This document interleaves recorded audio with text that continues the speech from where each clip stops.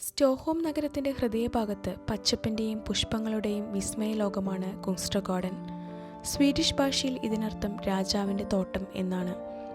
പഴയ രാജാക്കന്മാരുടെ സവാരികളും ജനങ്ങളുടെ ഉത്സവങ്ങളും കണ്ടുനിന്ന ഈ സ്ഥലം സ്റ്റോക്ക്ഹോമിൻ്റെ ആത്മാവാണെന്ന് പറയാം. ഇന്ന് നമ്മുടെ യാത്ര ഇവിടേക്കാണ്.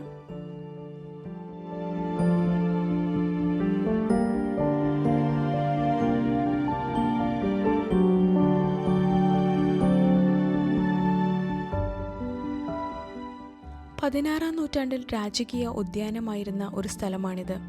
കാലാവസ്ഥകൾ മാറുമ്പോൾ ഇവിടെ ജീവിതവും മാറുന്നു.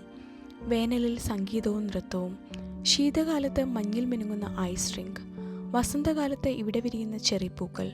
ഓരോ കാലവും ഇവിടെ ഒരു പുതു കവിത എഴുതുന്നു.